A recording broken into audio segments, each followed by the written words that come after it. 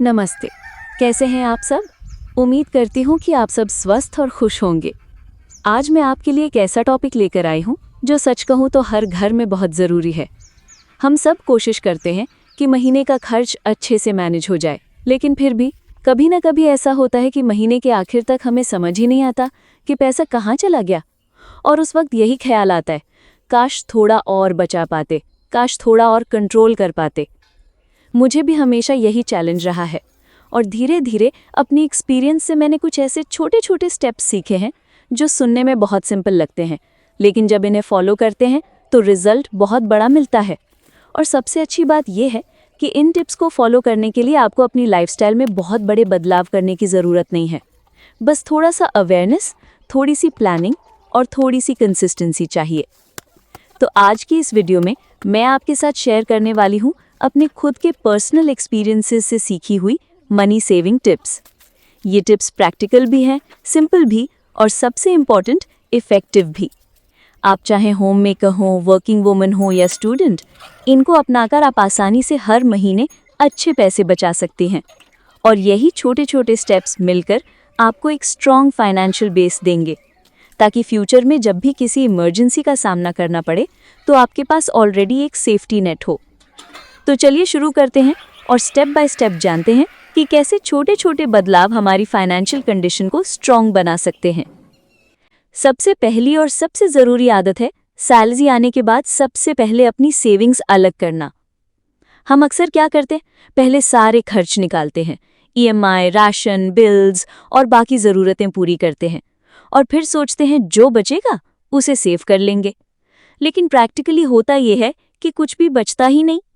इसीलिए जब भी आपकी सैलरी आए उसी दिन 10 से 20% हिस्सा सीधे सेविंग्स अकाउंट या रिकरिंग डिपॉजिट या फिर किसी अलग डिजिटल वॉलेट में डाल दें। ये बिल्कुल ऐसे है जैसे आप खुद को पहले पे कर रहे हैं। बाकी जो बचा उसी से पूरे महीने का खर्च मैनेज करें। शुरुआत में आपको लगेगा कि बजट टाइट हो गया है, लेकिन धीरे धीरे आप उसी हिसाब से खर्च करना सीख जाएंगे। और सबसे अच्छी बात यह है कि महीने के आखिर में आपको गिल्ट नहीं होगा कि बचत नहीं कर पाए। याद रखिए, छोटे छोटे स्टेप्स ही लंबे समय में स्ट्रॉन्ग फाइनेंशियल फ्यूचर बनाते हैं। तो पहला रूल, पहले बचत फिर खर्च। अब पहला स्टेप तो हो गया कि सैलरी आते ही 10-20% बचत अलग कर दी, लेकिन अगला स्टेप उससे भी ज्यादा जरूरी है, हर खर्च को लिखना शुरू करना। देखिए, जब तक हमें ये क्लियर ही नहीं होगा कि हमारे पैसे कहाँ जा रहे हैं, तब तक हम सेविंग्स कैसे करेंगे। मैं खुद पहले यही गलती करती थी। महीने का खर्च सिर्फ अंदाजे से मैनेज करती थी। लगता था कि हाँ, सब ठीक ठाक चल रहा है, लेकिन महीने के आखिर में सोचती थी पैसा गया कहाँ। फिर मैंने एक चीज़ शुरू की, एक छोटा सा डायरी रखी और उसमें रोज का हर खर्च लिखना शुरू कर दिया। चाहे वो 10 रुपए की चाय बाहर पीना हो, बच्चों के लिए अचानक लिया हुआ खिलौना हो या अचानक बाहर खाना खा लेना हो, सब लिखती गई। और यकीन मानिए, एक महीने में मुझे साफ दिखने लगा कि ये छोटे छोटे खर्च मिलकर कितना बड़ा अमाउंट बन जाते हैं। इससे मुझे अपने पैसे का एक क्लियर पिक्चर मिला और मैंने समझा कि कहाँ कटौती की जा सकती है। अननेसेसरी खर्च खुद ब खुद सामने आ गए। तो आप भी ये हैबिट शुरू कीजिए, चाहे डायरी में लिखिए या मोबाइल ऐप इस्तेमाल कीजिए, लेकिन हर खर्च का हिसाब जरूर रखिए। इससे आपको पैसे पर कंट्रोल मिलेगा और सेविंग करना आसान हो जाएगा। अब बात करते हैं उस खर्च की जो हर घर में सबसे बड़ा हिस्सा लेता है, ग्रोसरी शॉपिंग। सच बताऊं तो घर का आधा बजट इसी में चला जाता है, लेकिन अगर इसे वाइजली हैंडल किया जाए तो आप हर महीने अच्छा खासा पैसा बचा सकती हैं। मैंने खुद पहले यही गलती की थी, जो चीज़ याद आई मार्केट जाकर ले आई। कभी आटा, कभी तेल, कभी बिस्किट्स, मतलब हफ्ते में 3-4 बार मार्केट जाना। और इसका सीधा मतलब था एक्स्ट्रा खर्च, क्योंकि जब भी मार्केट गए तो साथ में 2-3 ऐसी चीज़ें भी ले ली जिनकी ज़रूरत उस वक्त नहीं थी। फिर मैंने एक सिंपल तरीका अपनाया, महीने की ग्रोसरी लिस्ट बनाना। जो सामान ज़रूरी होता है उसे पहले से लिख कर रखती हूँ और बल्क में खरीद लेती हूँ। बल्क में लेने से 2 फायदे होते हैं, एक तो डिस्काउंट मिल जाता है और दूसरा बार बार मार्केट जाने की ज़रूरत नहीं पड़ती। इससे इम्पल्सिव शॉपिंग अपने आप कम हो जाती है। और एक छोटी सी टिप जो मेरे काम आई, कभी भी खाली पेट मार्केट ना जाएं, क्योंकि जब आप हंग्री होते हैं तो दिमाग से ज़्यादा पेट डिसाइड करता है कि क्या खरीदना है। नतीजा ये कि चिप्स, चॉकलेट्स, कोल्ड ड्रिंक्स जैसी एक्स्ट्रा चीज़ें ट्रॉली में आ जाती हैं। इसलिए कोशिश कीजिए मार्केट जाने से पहले कुछ खाकर जाएं। ये छोटे छोटे स्टेप्स आपकी ग्रोसरी का खर्च कम कर देंगे और महीने का बजट ऑटोमेटिकली बैलेंस हो जाएगा। अब आती हूँ उस मेथड पर जिसने मेरी सेविंग्स को प्रैक्टिकली बदल दिया, कैश एनवेलप सिस्टम। सच कहूँ तो ये सिस्टम मैंने कुछ साल पहले अपनाया था और बिलीव मी, इसका असर तुरंत दिखा। प्रोसेस बहुत सिंपल है। जैसे ही महीने की सैलरी आती है, मैं सबसे पहले पैसे अलग अलग कैटेगरीज में डिवाइड कर देती हूँ। उसके लिए मैंने छोटे छोटे एनवेलप्स रखे हैं। एक एनवेलप में राशन के पैसे, एक में बच्चों का खर्च, एक में इलेक्ट्रिसिटी बिल और एक में ट्रैवल के लिए। इसके अलावा छोटी कैटेगरीज जैसे मिल्क, फ्रूट्स, गैस सिलेंडर वगैरह के भी छोटे एनवेलप्स बना रखे हैं। इसका सबसे बड़ा फायदा यह है कि आप क्लियरली देख सकते हैं कि किस कैटेगरी में कितना पैसा बचा है और कितना खर्च हो चुका है। पहले क्या होता था कि कार्ड स्वाइप करते करते या यूपीआई से पेमेंट करते करते अंदाजा ही नहीं लगता था कि कितना खर्च निकल गया।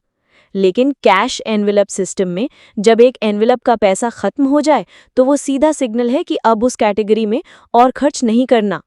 इससे डिसिप्लिन अपने आप डेवलप होता है, ओवर स्पेंडिंग ऑटोमेटिकली रुक जाती है। और सबसे अच्छी बात यह है कि महीने के आखिर तक आप घबराकर ये सोचने नहीं बैठते कि पैसा कहाँ चला गया। हर चीज़ ट्रैक पर रहती है और सेविंग्स भी बढ़ जाती है। अब बात करते हैं ज़रूरत और चाहत में फ़र्क समझने की।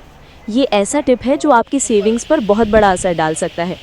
अक्सर हम शॉपिंग के बहाने तुरंत डिसीजन ले लेते हैं और बाद में पछताते हैं कि ये क्यों खरीदा।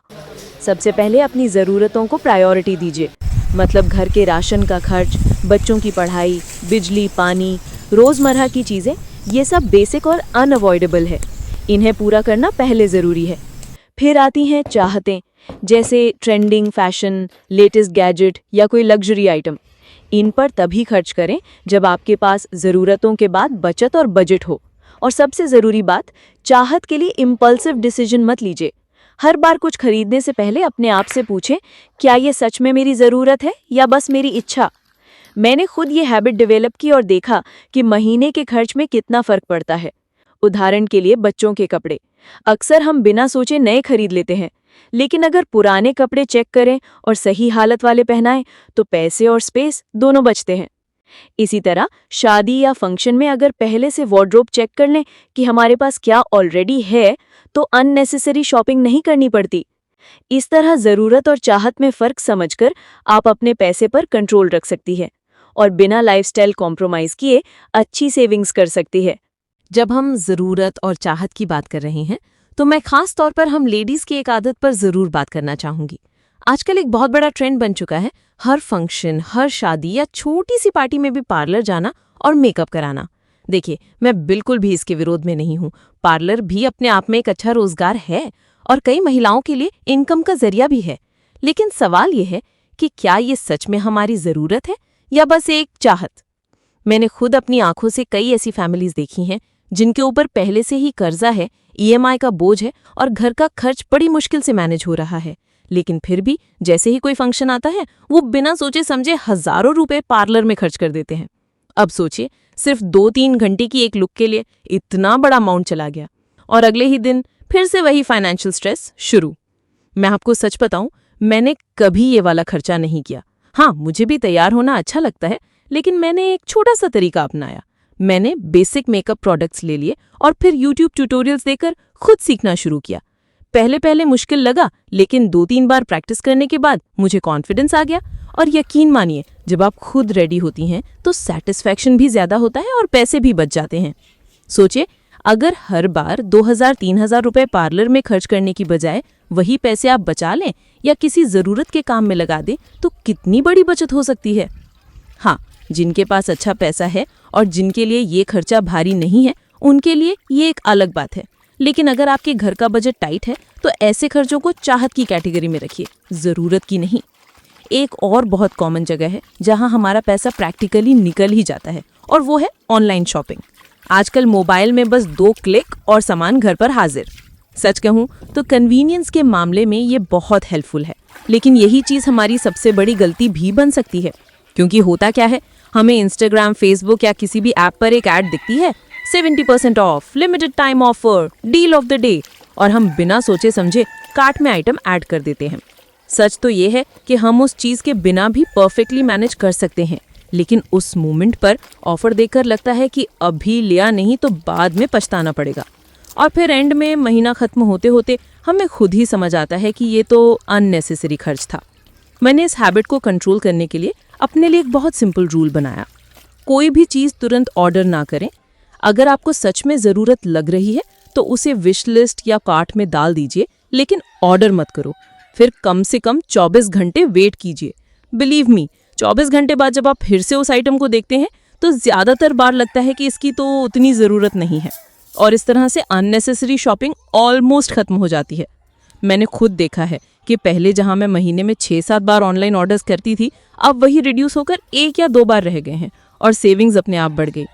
तो दोस्तों याद रखिए, ऑनलाइन शॉपिंग में कन्वीनियंस है, लेकिन ये हमारी चाहत और ज़रूरत की सीमा को बिगाड़ सकती है।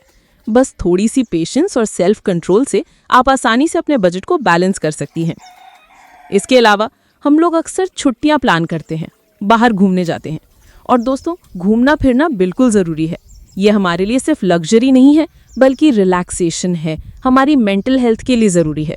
जब साल में 1-2 बार बच्चों की छुट्टियों में वेकेशन प्लान करते हैं तो उसमें कोई बुराई नहीं है, लेकिन थोड़ी सी समझदारी वहाँ भी काम आती है।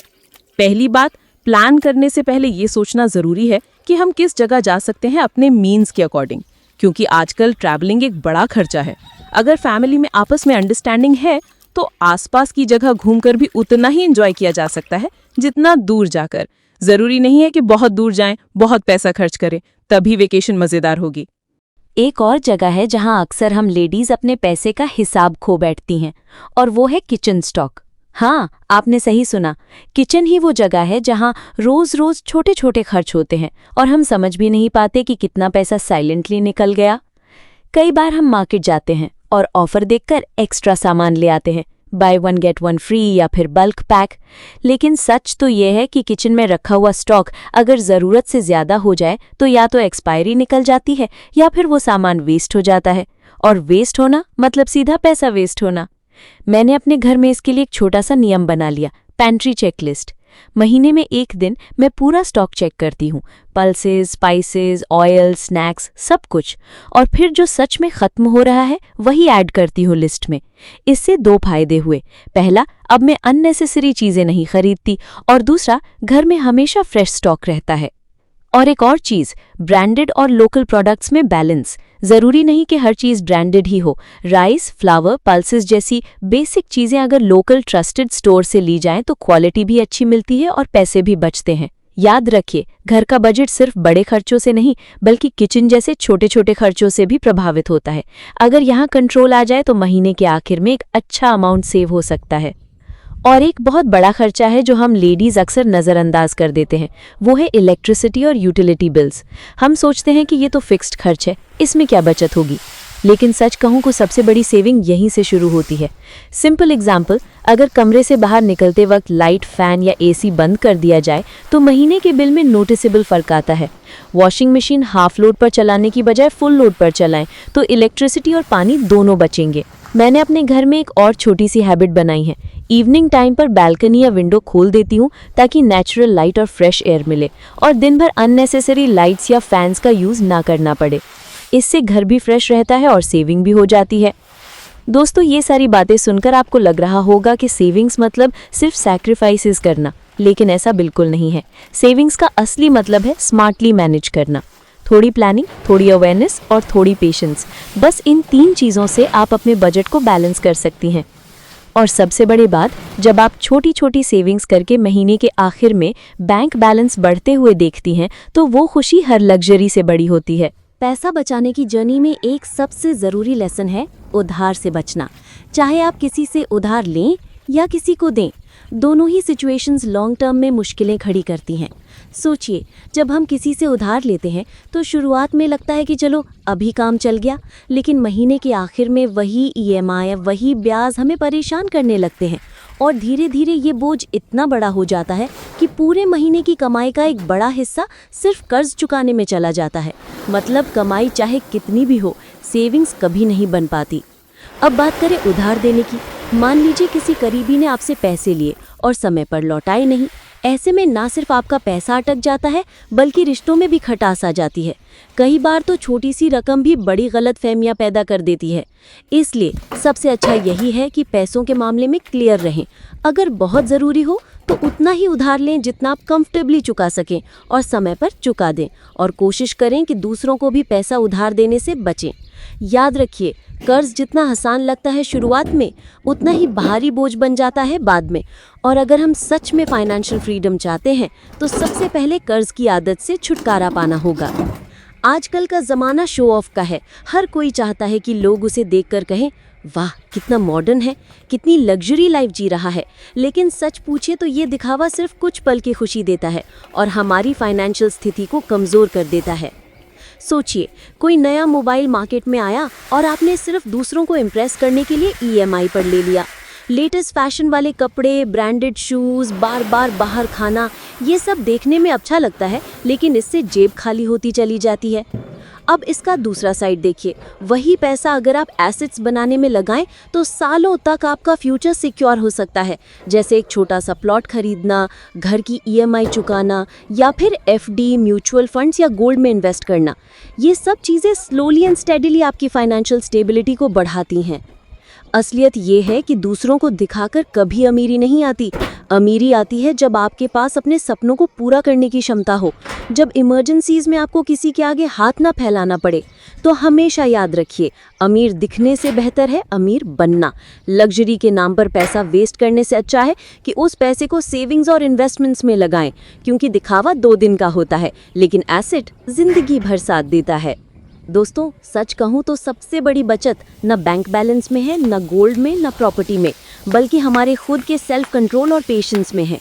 जब हम खुद पर काबू पाना सीख जाते हैं तो पैसे अपने आप बचने लगते हैं। ये थी मेरी कुछ प्रैक्टिकल और पर्सनल मनी सेविंग टिप्स। मैंने इन्हें अपनी लाइफ में अपनाया है और बिलीव मी, इनसे फ़र्क सच में दिखने लगा है। अगर आप भी इन छोटी छोटी आदतों को फॉलो करेंगे तो महीने के आखिर में आपके हाथ में अच्छे पैसे बचेंगे। याद रखिए, सेविंग एक दिन का काम नहीं है। ये कोई बड़ा स्टेप लेने से नहीं, बल्कि धीरे धीरे हैबिट्स बिल्ड करने से आती है। शुरुआत छोटी करें लेकिन कंसिस्टेंट रखें। धीरे धीरे यही हैबिट आपकी फाइनेंशियल सिक्योरिटी की सबसे बड़ी ताकत बन जाएगी। और हाँ, अगर आपको ये वीडियो हेल्पफुल लगी हो तो इसे लाइक ज़रूर करें, अपने फ्रेंड्स और फैमिली के साथ शेयर कीजिए ताकि वो भी अपने घर का बजट स्ट्रॉन्ग बना सकें। और सबसे ज़रूरी, मेरे चैनल को सब्सक्राइब करना मत भूलिए ताकि आपको ऐसी ही और यूज़फुल वीडियोज़ मिलती रहें। मिलते हैं अगले वीडियो में। तब तक अपने पैसों का ध्यान रखिए और स्मार्ट तरीके से मैनेज कीजिए।